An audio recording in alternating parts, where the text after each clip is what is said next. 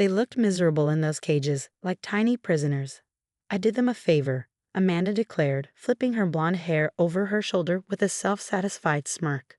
I stood in my now empty rabbitry, staring at the pristine cages where my prized Netherland dwarf breeding pairs had lived just hours ago. My name is Olivia Parker. I'm a 32-year-old veterinary technician, and for the past decade, I've built one of the most prestigious rabbit breeding programs in the country. While others climbed corporate ladders, I dedicated myself to preserving rare genetic lines, ensuring healthier breeds, and contributing to global conservation efforts. Amanda, I said, forcing my voice to remain steady despite the rage boiling inside me, those rabbits were worth more than your car. She laughed, the sound grating against my nerves. They're just rabbits. They deserve to be free, running around in the forest, having little wild babies. I didn't waste my breath explaining that domestic rabbits wouldn't last a day in the wild. Instead, I pulled out my phone and started typing. Amanda's smirk faltered. "What are you doing?" "Texting the police," I replied calmly, "and the American Rabbit Breeders Association. Those rabbits weren't just pets, Amanda. They were part of an international DNA registration program." The color drained from her face. "What?" Each rabbit had a microchip and a registered DNA profile. "That sad little brown one you thought needed freedom. She's one of only 50 purebred silver martins left in the world." I turned my screen toward her, displaying the official registration records. Amanda's mouth opened and closed like a fish gasping for air. "But I was helping them." "The police will be here soon," I continued, still typing. "They take theft of registered breeding stock very seriously, especially when those animals are part of an endangered species preservation program." She grabbed my arm, desperation replacing her earlier smugness. "You can't call the police. I'm family." I calmly removed her hand. Family doesn't destroy a decade of breeding work because they think they know better than actual experts. The truth was, I had been prepared for this. Ever since Amanda and my brother moved in next door 3 months ago, she had made her disdain for my cruel breeding program abundantly clear. She ignored every explanation about genetic preservation, preferring to see me as some kind of villainous jailer. But what she didn't know, each of my rabbits wasn't just microchipped. They also had tiny GPS trackers. I already knew exactly where she had dumped them in the nearby state forest. My rescue team was enraged. "It's not theft," she shrieked, her voice rising in pitch. I was being kind. "They're better off in nature." I pulled up another document. "See this? It's the estimated market value of my breeding stock. Those 24 rabbits you freed are worth approximately $380,000. Amanda swayed on her feet. "That's impossible. They're just rabbits." "They're not just anything," I snapped, my patience finally cracking. "They're the product of decades of selective breeding. Some of those bloodlines go back over a century. Their DNA is critical for maintaining healthy domestic rabbit populations worldwide." Headlights swept across the driveway, followed by the crunch of tires. The local police and my rescue team had arrived. Amanda started to cry, big, theatrical tears that had always been her go-to tactic. "Please," she whimpered. "Mark is going to kill me." My brother had always enabled her self-righteous behavior, but this time, she had crossed a line even he couldn't ignore. The front door opened and multiple sets of footsteps echoed through the house. "Miss Parker," a familiar voice called. "In here," I answered. Officer Martinez stepped into the rabbitry, accompanied by my rescue team coordinator. I nodded toward the corner security camera. "You'll want to check the footage. It captured everything." Amanda's fake tears stopped abruptly. "Security footage?" I gave her a tight smile. "I run an internationally registered breeding program, Amanda. Of course I have security cameras." As the officers photographed the empty cages and took her statement, I turned to my rescue team. "The GPS trackers show they're all within a 2-mile radius. If we move fast, we can find them before nightfall." Amanda stood frozen, watching as her perfect plan unraveled in real time. She had expected praise for her misguided rescue. Instead, she was about to face the consequences for what she had really done: sabotage, theft, and the potential deaths of animals she had claimed to care about. For once, there was no charming her way out of this. The next few hours were a blur of frantic activity. My rescue team spread through the forest, tracking each rabbit's GPS signal while I tried to process the sheer scale of Amanda's recklessness. One by one, the signals moved, at least they were still alive. That one, Sarah called out, carefully lifting a trembling silver martin from beneath a tangle of brush. Poor thing's terrified, but looks unharmed. Relief flitted through me, but it was laced with fury. These weren't wild animals. They had never known life outside human care. Each rabbit recovered was a testament to how close Amanda had come to disaster. Meanwhile, Officer Martinez was wrapping up Amanda's statement. Her voice climbed in pitch as she tried to justify herself. They were in cages. It's not natural. I was doing what any compassionate person would do. Ma'am, Officer Martinez replied evenly. These are registered breeding animals worth hundreds of thousands of dollars. Their genetic lines are protected under international conservation agreements. As the last rabbit was found and secured, my brother Mark arrived. His face was red, not with the usual frustration directed at me, but with something unfamiliar. Pure, unfiltered anger. Amanda, what the hell were you thinking? His voice was tight, controlled.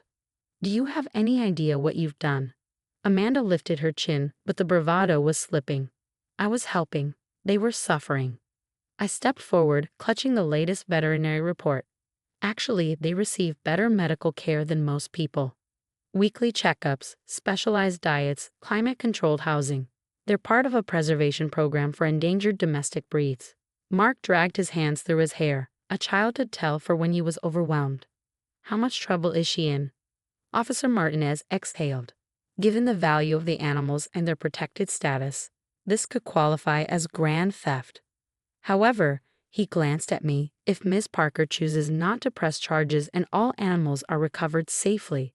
I turned to Amanda. Her mascara streaked down her face, her earlier smugness drowned in real fear. I want a restraining order, I said firmly. She is never to come near my property or my rabbits again. That's fair, Mark said before Amanda could protest. We'll move. Today. Amanda's head jerked up.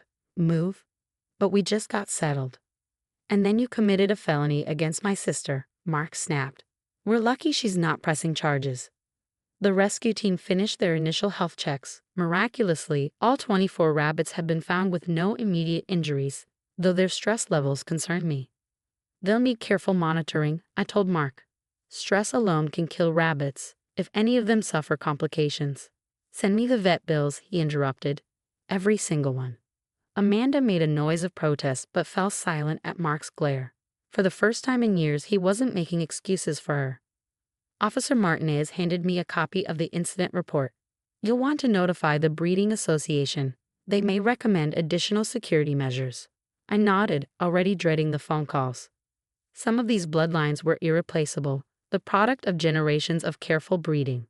I didn't know, Amanda said quietly, watching me check over each rabbit. I thought they were just pets. I didn't look up. That's the problem. You didn't bother to ask. You just decided you knew better. Mark placed a hand on my shoulder.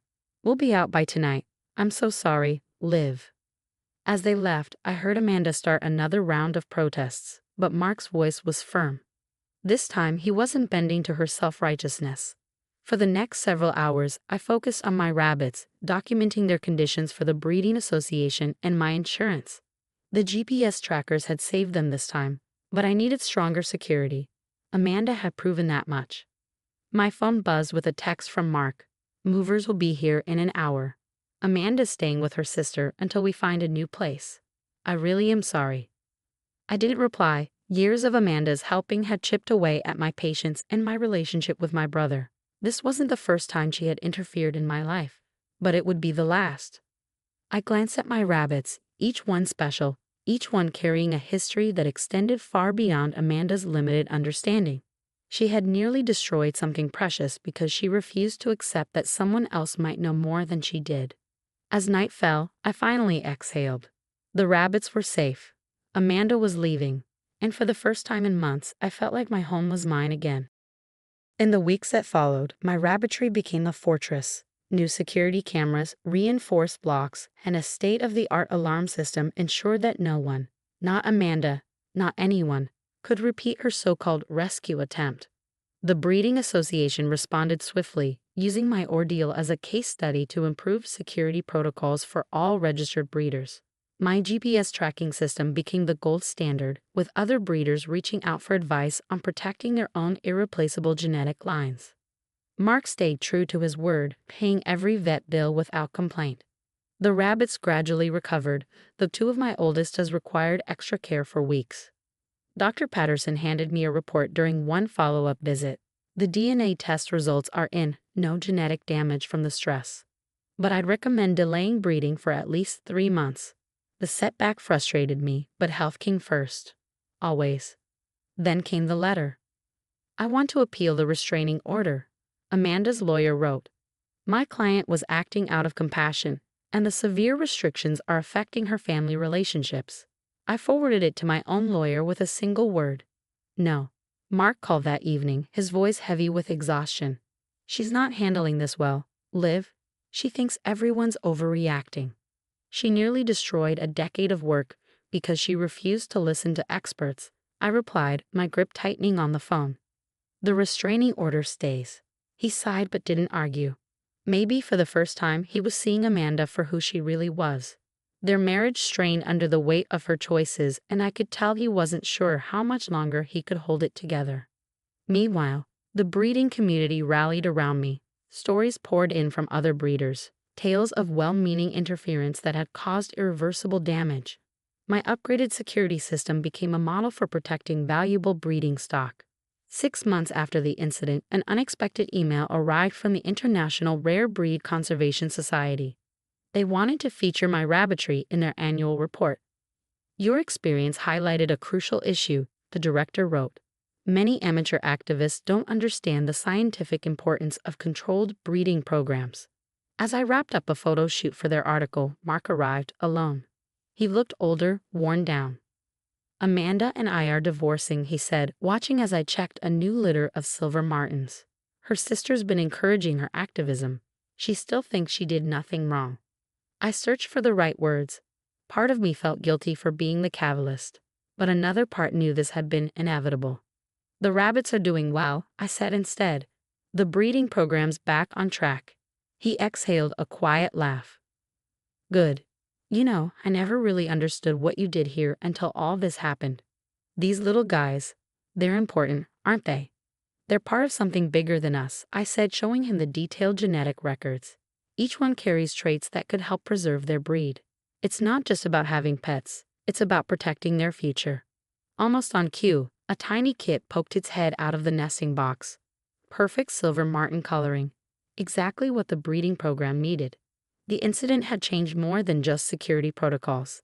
It had shifted relationships, priorities, and perspectives. Mark finally saw the value of my work, even if his soon-to-be ex-wife never would.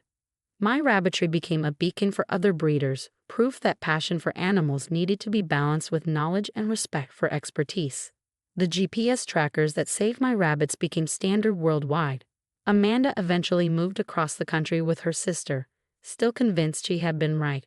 But in trying to destroy my life's work, she had only made it stronger. Sometimes the best revenge isn't confrontation, it's success.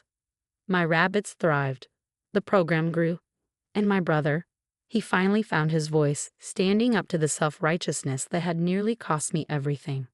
Looking at my rabbitry now, I realize Amanda's rescue had an unexpected silver lining. It strengthened everything I had built. Some people will never understand that true compassion requires knowledge. But for those of us who do, we'll keep working, keep breeding, and keep preserving these genetic lines for generations to come.